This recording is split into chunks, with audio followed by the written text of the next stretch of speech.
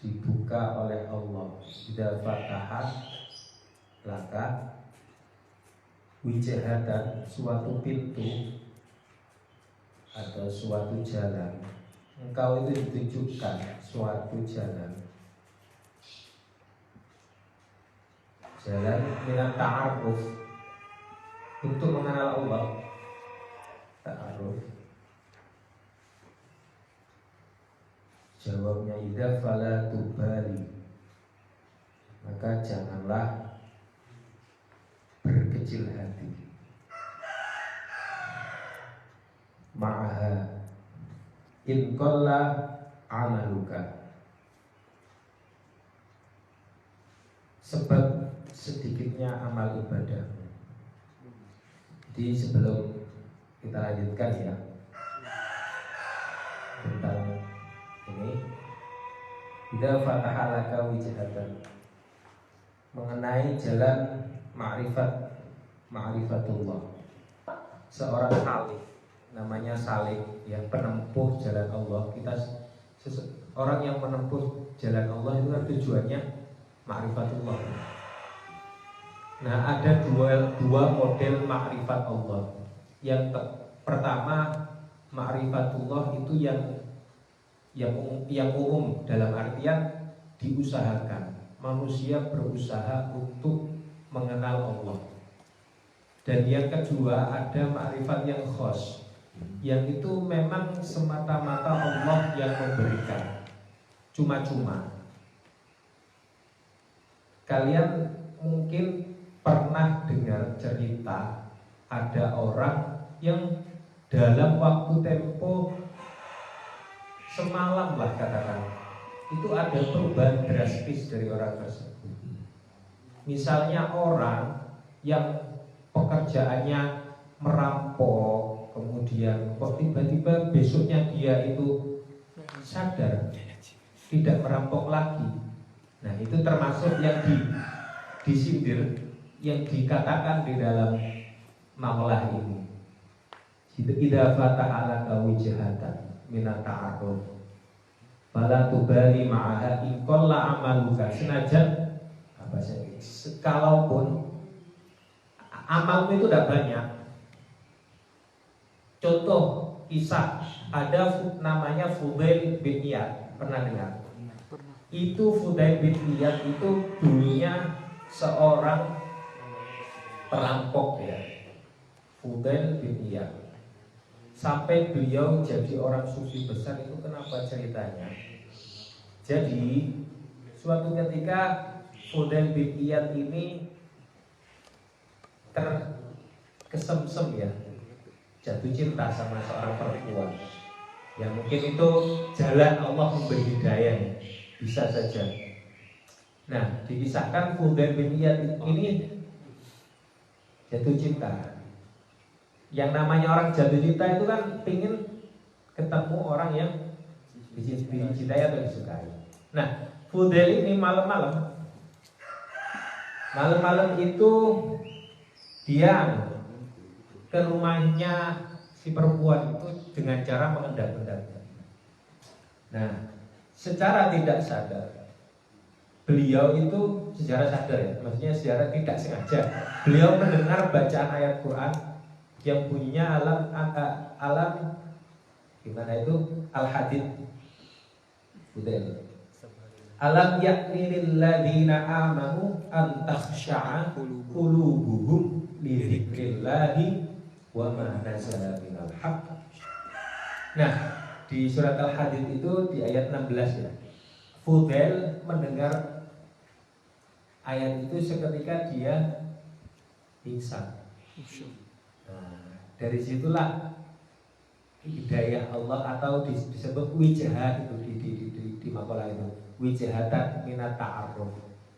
Nah, itu yang dikehendaki oleh makalah ini. Nah, idza fataha laka wijahatan minat ta'aruf fala tubali ma'aha, kamu jangan sedih meskipun inkol la'amaluka. Yang sebelumnya Fudail ini orang yang amalnya yang sangat sedikit kolahnya. Jangan bersedih kalau Allah sudah membukakan, maka jangan bersedih. Itu yang dimaksud. Jadi ma'rifatullah itu tadi ada dua ya. Ma'rifatullah yang am, yang umum. Yang umum itu maksudnya yang kita bisa usahakan itu ya. Yang kita usaha lewat belajar, mencari yang Allah itu ya. Lewat tafakkur dan lain sebagainya. Tetapi kalau yang ini murni Allah yang memberi. Bahasanya di dalam, saya teringat ada kitab Al-Muqid min Ad-Dhalal itu ya. Mana? Doanya tadi.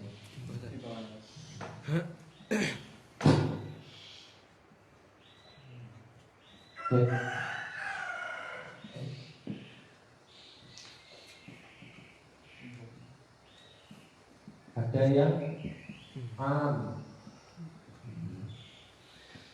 ada yang khos. Am itu yang umum, yang khos itu yang khusus. Kalau yang ini yang diperoleh melalui ta'alum, ya, belajar.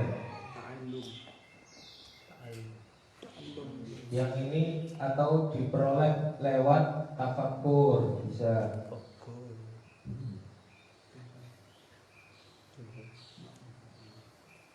Atau istidlal.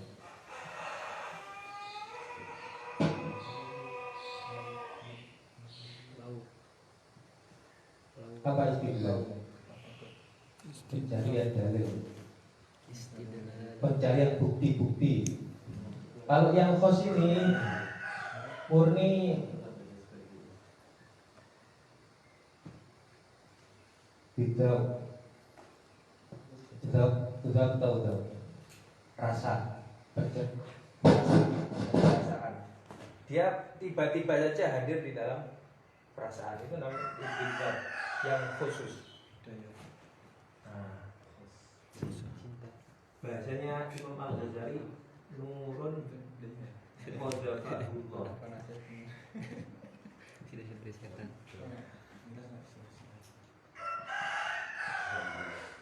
Nur, cahaya yang dilemparkan oleh Allah kepada hati seorang manusia. Jadi ibarat sesuatu ketika dilemparkan gitu, itu kan tiba-tiba saja mengenai hati kita. Jadi cahaya hati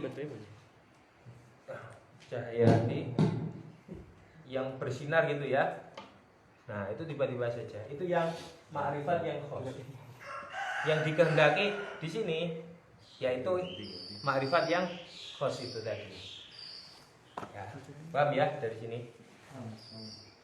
Ya, itu Fudail itu tadi alam yakni lil ladzina amanu an takhsha'a qulubuhum li dzikrah. Sampai lihat terjemahnya atau tafsirnya ya di surat Al-Hadid ayat 16 itu. Jadi nanti apa maksud ayat tersebut? Sebetulnya kisah-kisah seperti ini itu kan banyak ya. Seperti keislaman Sayyidina Umar ya, yang mendengar mendengar adiknya membaca Al-Quran itu, tiba saja beliau Sayyidina Umar berubah seketikanya. Nah itu namanya nurun qadzafahullah. Jadi nur yang dilemparkan oleh Allah ke hati seseorang, sehingga seketika itu orang tersebut mendapat hidayah. Sudah ada makrifat yang diusahakan. Itu kita, makomnya kita ya sebagai seorang manusia itu berusaha terus menerus dengan cara melalui ta'alum, belajar seperti ini. Kita sebetulnya sekarang ini sedang berusaha untuk menapaki jalan makrifat Allah. Nah, dengan amal-amal soleh, dengan amal-amal kebaikan. Nah, terkait dengan amal, di sini musannif di syarah itu di penjelasan bahwa seorang salik itu seyogyanya atau sebaiknya dia memperbanyak amal. An-nasalika la budda lahu fi sulukihi min kathratil a'mal. Kenapa? Lihat to'a aqobatin nufus wa yasila ila hadratir rabb. Maksudnya bahwa seorang salih penempuh jalan Allah ya, itu dia dianjurkan. Maksudnya bukan dianjurkan ya, la budda. La budda itu wajib. Ya. Ora kena ora. Enggak bisa tidak, la budda. Pokoknya dikerjakan min kathratil a'mal, untuk memperbanyak amal. Tujuannya kenapa? Supaya lihat to'a aqobatin nufus, memutus kemauan nafsu. Nah, itu hikmahnya. Makanya sampai sering dengar kan, inna sholata tanha 'anil fahsya'i wal munkar. Sesungguhnya sholat itu kan mencegah dari perbuatan keji dan munkar. Ya memang minimal ketika dia sholat dia tidak maksiat. Ya kan? Mana ada orang sholat maksiat? Maksudnya kan ya minimal ketika dia sholat itu enggak ngambil makanan milik temannya, atau enggak apalah, pokoknya enggak maksiat lah. Ya. Itu sirnya, hikmahnya. Sampean itu disuruh ini tadi, seorang saling itu tadi disuruh memperbanyak amal, kathratul a'mal. Yang pertama, lihat to'a aqobatin nufus wa yasila ila hadratir rabb, dan supaya apa? Hadir Tuhan itu hadir di dalam diri kita atau di dalam hati kita ya. Nah, sebetulnya memperbanyak anas salik kita itu disuruh untuk memperbanyak amal tadi itu ya itu tadi, supaya tidak nganggur gitu. Kalau orang nganggur itu kan ada kecenderungan, ada perasaan ingin sesuatu yang aneh-aneh gitu. Makanya kalau kamu dipesankan di dalam Al-Quran itu juga, ketika setelah melakukan satu kebaikan maka bergegaslah untuk kebaikan yang berikutnya. Gimana itu? Fa'idha faragta sob. Kamu setelah khatam Quran baca, segera mulai lagi. Makanya itu kalau pas khataman, setelah baca surat An-Nas ya, Qul a'udzu binnas, kemudian balik lagi Bismillahirrahmanirrahim, alif lam mim, baca alif lam mim, kemudian baca Allah yang tengah Allahu la ilaha illa huwal hayyum, kemudian lillahi ma fis samawati, kan balik lagi ke depan. Tujuannya apa? Supaya kita tidak putus dari kebaikan. Sirnya gitu ya. Makanya saya itu kalau baca mau selesai buku itu siap di sampingnya buku baru, meskipun tidak sampai selesai lagi, minimal dibaca kata pengantar. Jadi itu rahasianya ya. Setelah baca buku selesai, terus ditandatangani, buku ini selesai saya baca tanggal sekian biasanya di kafe main-main, di kafe bersosialisasi. Seringnya gitu ya. Saya jarang menyelesaikan baca buku di sini. Di kamar itu tidak ada tulisannya. Mungkin di warung kopi seringnya. Makanya setelah selesai baca, kemudian beralih ke buku yang lain. Itu kalau ingin mengamalkan itu tadi, setelah kamu selesai dari kebaikan, maka beranjaklah ke kebaikan yang lain. Tujuannya tidak lain dan tidak bukan tadi adalah supaya nafsu itu tidak liar. Nafsu liar itu karena apa? Karena dia dibiarkan tidak beraktivitas, tidak melakukan amal-amal soleh atau amal baik. Kemudian, tetapi problemnya ya, tidak di sini sebutkan, ketika seseorang itu melakukan suatu kebiasaan baik terus menerus, ada perasaan begini, rubama kasala amba'di anwa'il ibadah wal awrad. Rubama itu kadang-kadang rubama kasalaan, kasal, males ya. Orang itu kadang-kadang males di dalam rutinitasnya. Ya kayaknya ya itu kan wajar. Sampai kan tiap hari terus ya aktivitasnya itu terus diulang-ulang gitu.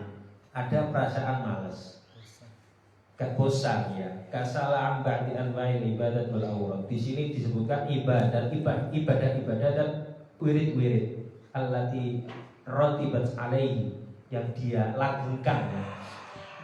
Wa yahsulu 'indahu syiddatul hammi wal gham. Nah, dibahasakan syiddatul hammi, sangat prihatin, wal ghammi, dan susah. Kadang-kala kamu itu merasakan kesusahan atau keprihatinan ketika kamu melakukan aktivitasmu terus-menerus, ada perasaan bosan, susah gitu ya. Wa rubbama tasulu lahu nafsuhu antarka, dan nafsumu itu berbisik supaya kamu meninggalkan rutinitas yang baik itu. Udahlah, sekali-kali kan boleh, nggak ngaji pagi, tidur gitu. Udah tinggal chat ustadznya aja, ustadz sakit. Afwan. Udah ya saya memaklumi ya, saya juga pernah sakit kok. Nggak cuma sampean aja gitu. tapi gitu ya. Terkadang orang itu bosan dengan aktivitasnya. Kemudian bagaimana resep atau caranya untuk menghadapi itu? Di sini diusulkan ya.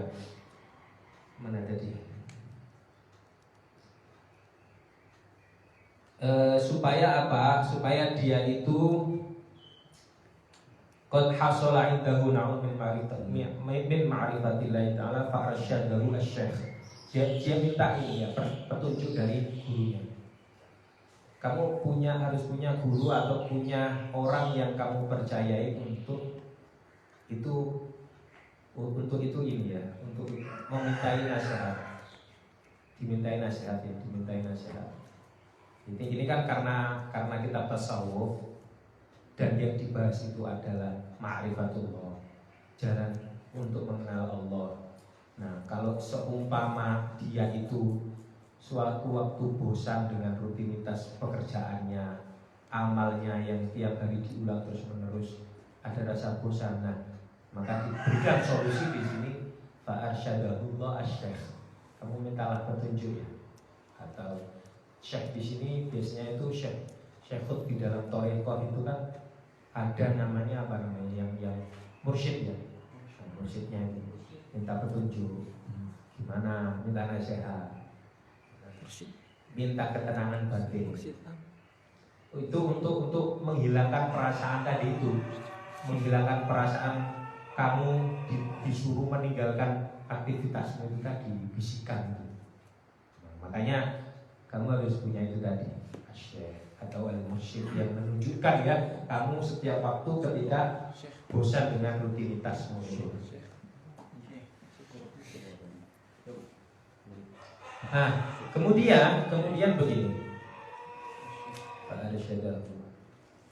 Nah, dalam makalah selanjutnya, dalam kelanjutannya itu, ingkol la amaluka, walaupun amalmu itu sedikit, seperti halnya cerita Fudail tadi, yang sebelumnya dia tidak punya amal ya, tidak punya amal, kan perampok dia.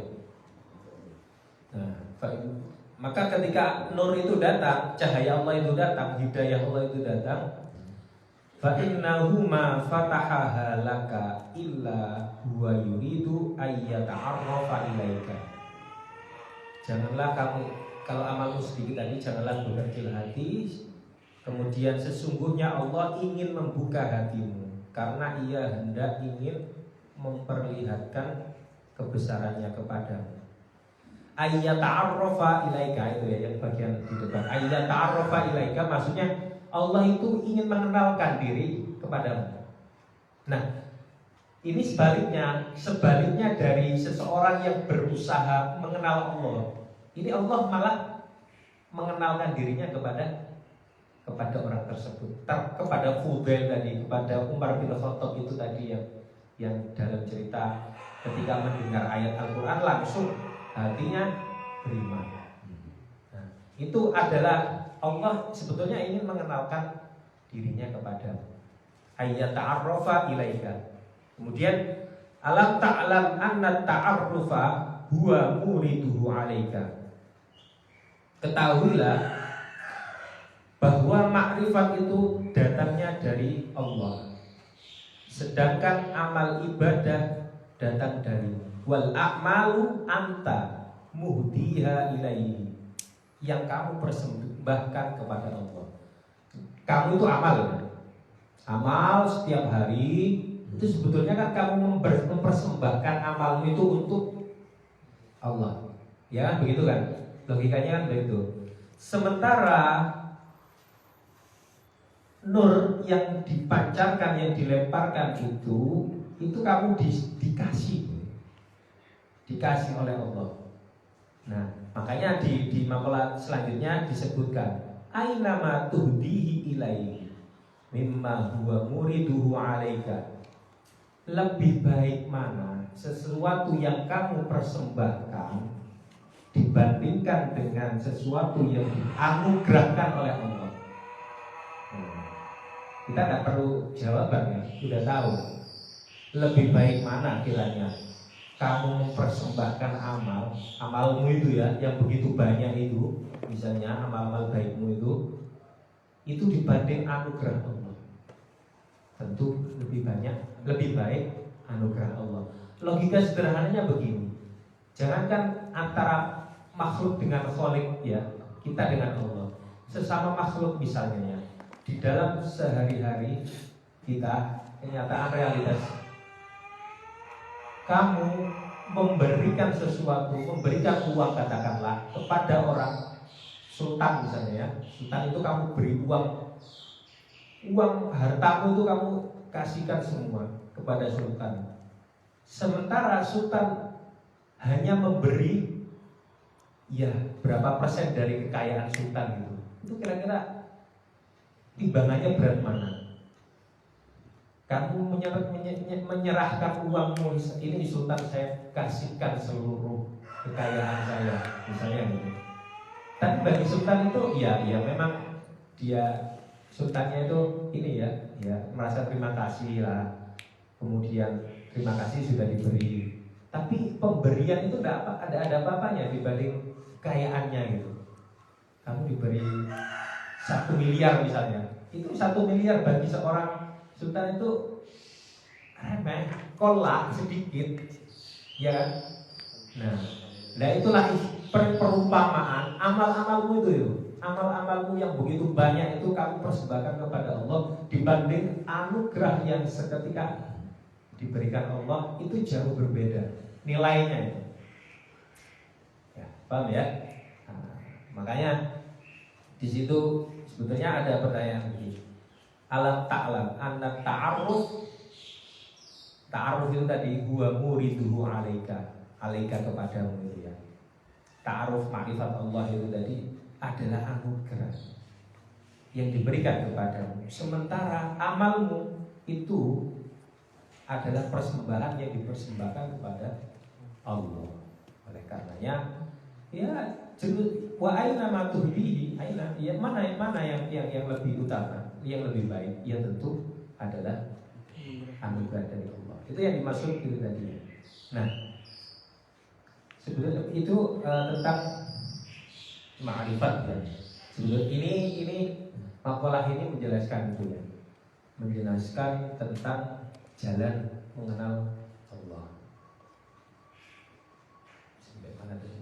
Kemudian di dalam surat Asy-Syura Allah menyatakan Allahu yajtabi ilaihi man yasha'u wa yahdi ilaihi man yurid.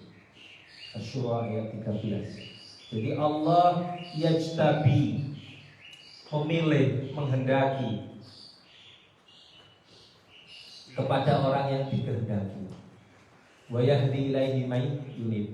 Dan ada yang kedua man yunib, dengan proses inabah, dengan proses menempuh jalan sebagaimana ma'rifatu am tadi yang khusus, yang am, yang umum.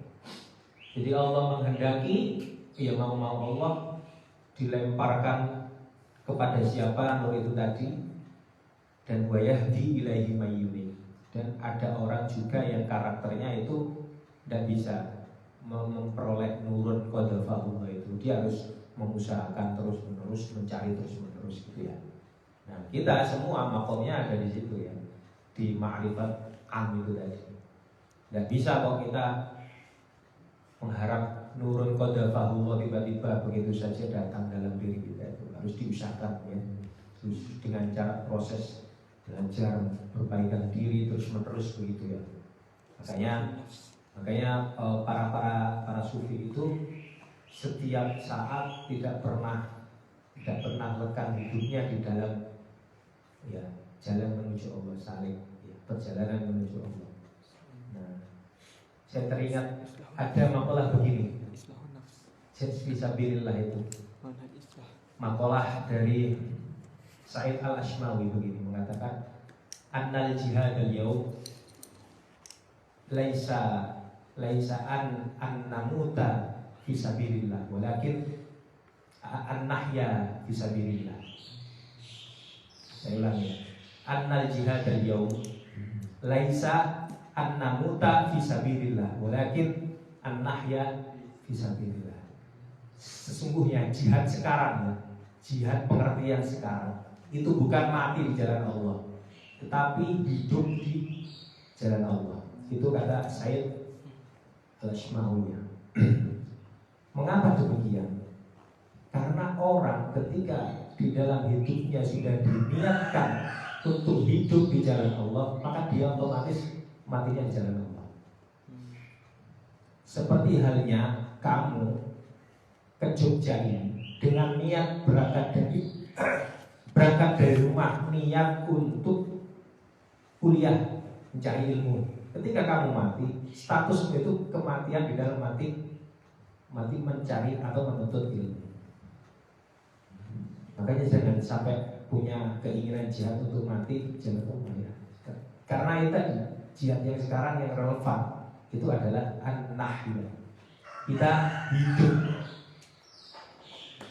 Ya, mungkin bisa kamu jadikan status lah. Said Al-Ashmawi ya mengatakan begini, annal jihad ahli jihad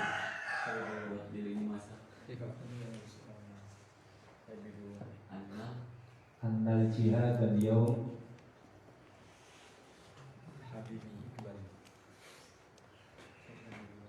laisa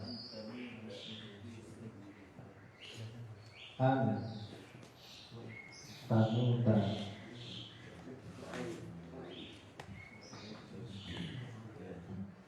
fi sabilillah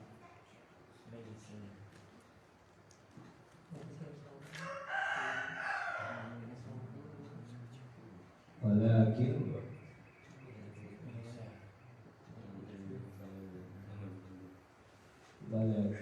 Allah ya.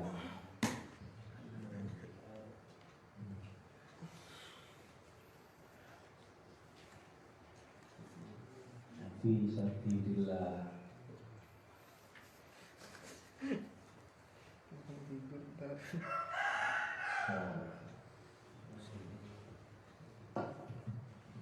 Ya. Itu kata Said Al-Ashmawi.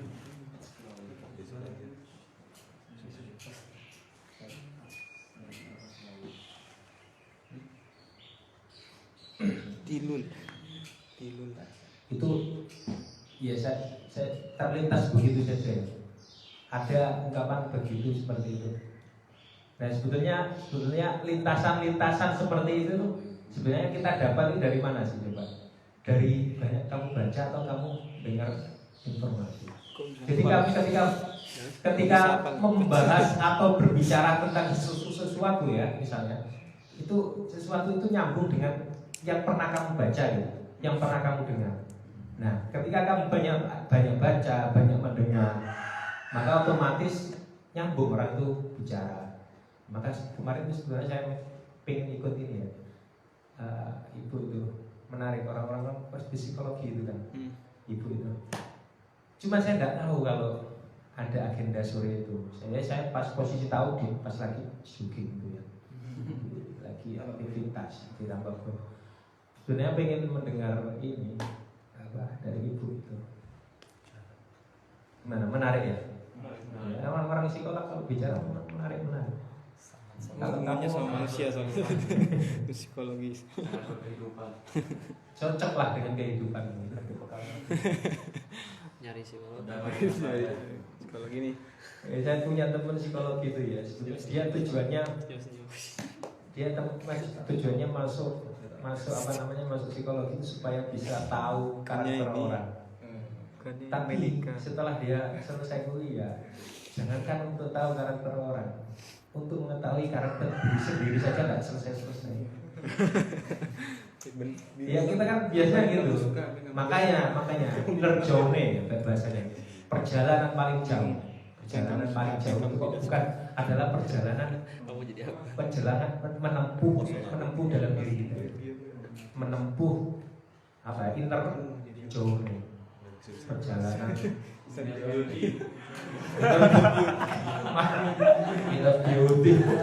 Inner child. Itu yang tidak pernah selesai ya. Pergolakan di dalam tubuh kita, jiwa, pikiran itu kan terus bergolak terus ya.